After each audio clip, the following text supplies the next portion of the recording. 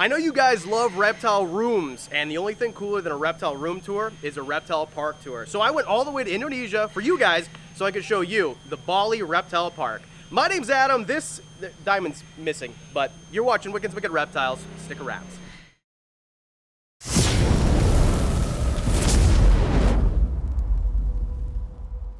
Flaccid, Dave. Flaccid, I said. Wow. Calm down. Thought I finally had some dirt on you. All right, so over here. The number 5 coolest reptile in this park are these sailfin dragons. Now, I've always wanted to go to the Philippines to find one of these, and if you hit subscribe right now, you'll see me do that, probably next year. But for now, here in Bali, these are not native. You're not gonna find these out in the forest when we're looking for king cobras and things like that. Videos coming next week about that. You're not gonna find them. However, they are a semi-arboreal animal and they need a water source as well. One of the coolest things about them is that you look everywhere in the world, everywhere I've ever been, like Dave said, who's traveled even more than me, there's always red ear sliders. And right in here, inside of this pond, there's a red ear slider too.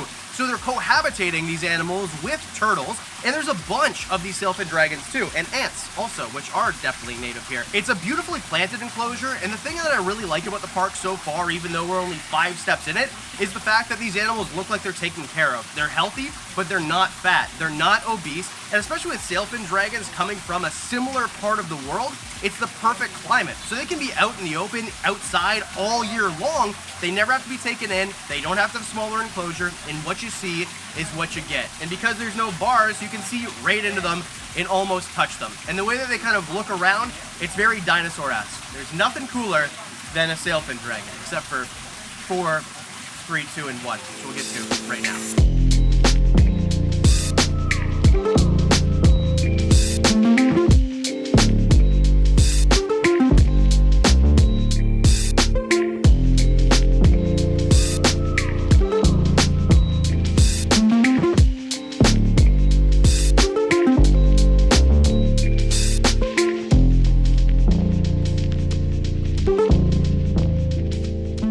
Number 4 on this list has to be this spitting cobra. Now, we found a spitting cobra earlier in the week, but it didn't look like this, because this is a leucistic spitting cobra. And the really cool thing is they're white. They are stark white. There is almost no pigment whatsoever, and they've got that blue eye, which is super cool. So you're gonna find these in the wild, and the really interesting thing about spitting cobras is that they spit at you. They douse you in venom. So they're gonna hood up, they're gonna look super scary, they're gonna look around, and they can move pretty quick. The thing is, if you get too close, you risk getting envenomated. Well, not really. When they throw venom at you, it is completely fine. You wash it off your skin so it doesn't get in any of your eyes or orifices. I highly recommend not sticking venom in orifices, but if it does get in your eyes, you just wash it out with milk or water or some benign substance. There are all sorts of, for lack of a better term, witch doctors that'll tell you to put certain things from the field, from the environment, into your eyes. Don't do that. You get water, you get milk, that's basically it, and then you're gonna be fine. It'll make you temporarily blind, but it will not blind you forever. Now, these snakes don't get very big at all in terms of, well, I guess in comparison to, say, a king cobra, so they do get bigger than the one that we see here and bigger than the one that you see right here that we saw earlier in the week. But, of course, these guys are carnivores. They're gonna eat things like rodents. They're gonna eat things like rodents in the wild, and they're definitely probably eating rats here if I had to guess. And the interesting thing also is this enclosure is a lot cooler than what you see in a lot of different places in private collections. This zoo obviously takes great care of their animals, and having an enclosure that's this big for this animal to spread out brings a tear to my eye. I felt like even though we're in a zoo and it's behind glass, we have to talk about this redneck king cobra. It is different than the one that we found in the wild, and obviously not quite as exciting. It's not gonna be on the list, but just quickly, I had to mention it because it looks different. When you kind of upset it, or it's being a little bit upset, it's gonna rear up, and its belly and ventral scales is what they are, and its neck is gonna be red. And that's why they call it a redneck king cobra. Number 3. Sanzinia. Now, obviously a Sanzinia or a Madagascan tree boa is not going to be found native here in Indonesia, but you know where they're going to be found? In Madagascar. So I'm going to go find them in the wild in a month or two with Dion and Mike and Dave and Bill Strand, but you'll have to hit subscribe for that. The reason that they're number 3 on this list is because it's one of my favorite species in the world. You guys know that I love Dumel's boas, which are on the ground. That is the ground boa that you find in Madagascar. I am in love with them. You know it. I talk about them too much. If I could afford to have a Sanzinia, It's kind of the same sort of idea. They are a true boa species from Madagascar, and they're of a similar size. The difference is when you hold them, they move differently, and that's because they are going to be found in the trees. Madagascar tree boa. They have these weird color patterns and colorations, or I guess colorations is the word that I'm looking for. They have these broad heads. They look similar to a Morelia in a certain sort of way, in that they have that broad type of head. Of course, not a venomous species because boas are not venomous, and in the trees, these guys are going to be eating things like birds. So they have very long teeth, just like tree boas from places like Central and South America. So, Sanzinia, I couldn't walk past it without putting it on the list. It is one of my dream species that I would love to keep someday, maybe right above one of the enclosures for my Durmals boa. So, you'll probably see more of these on the channel soon.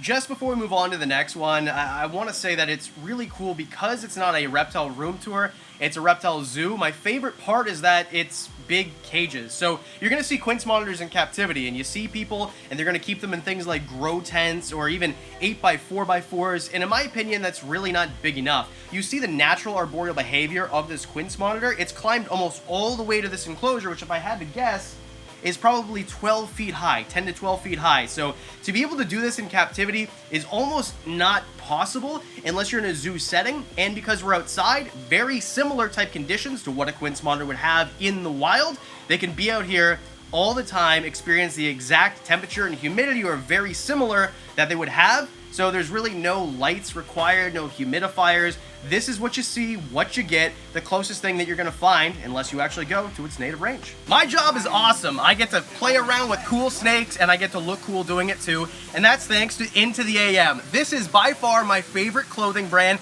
It looks cool, I feel cool, it fits my body correctly, and even though it's 105, I don't feel like I'm sweating to death because it's the perfect type of cotton material. And right now, you can get 3 of these graphic tees for only $54.99 if you use intotheam.com/WWR. Go to intotheam.com/WWR right now, and you can get 3 of these cool graphic tees and look cool with the reticulated python for only $54.99. Now let's get back to the list. So if you guys watch the channel, you know my fascination with blue-tongued skinks, and I have a couple of these. Now this actually looks like an Australian, not an Indonesian. Just you can tell by the coloration of the forelimbs of it. And also the tongue is a lot bluer, usually on the Centralians or the species that are from Australia. We've got a different blue tongue here. I just really quickly, before we move on, wanted to show you how they're kept here, because they're in these really cool kind of cubes, but they're much larger. If I had to guess, they've got to be at least 4 foot by 5 foot. Usually in captivity, we're gonna see these guys in a 4 foot by 2 foot, and even then I get made fun of a lot of the time because people say, oh, it's too big, they're not gonna use the space. These guys out here under natural UVB and the natural humidity, that's where they're from. They're from Indonesia. They're in the natural habitat, and they use every bit of the space. So if you have one at home, give it the biggest enclosure that you can afford, because it's gonna use all the space if you're keeping it correctly. So really cool to find, not on the top 5 list, but the next item on the top 5 list is sitting right in front of me, and I'm about to freak out. Number 2, you might be sick of them by now. Every time I visit a zoo, whether it's bar chucks or whoever, I gotta stop and look at the rhino iguanas. I am in love with rock iguanas and these guys, which are rhino iguanas. Now, these are from not here, definitely. These are from the other side of the world, kind of closer to home.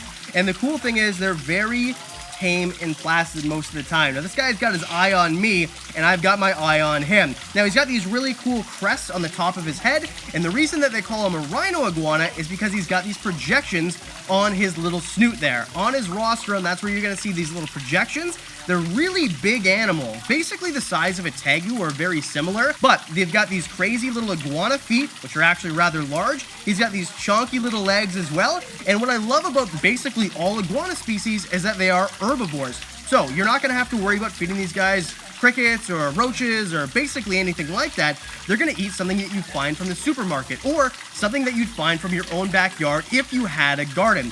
I am in love with them, but I can't take this guy home because there are none in Canada. They're a CITES species, and I'm just so jealous that halfway across the world, far away from where they are, there's one right here. But I get to spend a little bit of time with them, and his name is Jorge now. This is Jorge the rhino iguana. Let's go see something else. And number 1, I can't pick just one monitor species, but I'll pick a certain kind of monitor species. the arboreal monitor species here. So we've got blues, we've got greens, we've got all sorts of tree monitors, and we're kind of close to their native range, but I just think that they're super cool because most monitors will use their tail kind of to whip you or defend themselves. These animals don't. They'll actually protect their tails because they're prehensile. In order to stay in the trees, they need an extra appendage, the same way that a monkey-tail skink or an actual monkey would use their tail. I think that these are really cool because, well, I've got friends. Dion has these in captivity. He's got the green ones. And the blue ones, although more expensive, are basically the same sort of care. They're in the same sort of enclosure with the exact same light, humidity, temperature out in this reptile park. So that just kind of goes to show you the proper way to take care of animals that look as healthy as this, as well with natural UVB, but between the species, they're all basically the same sort of care.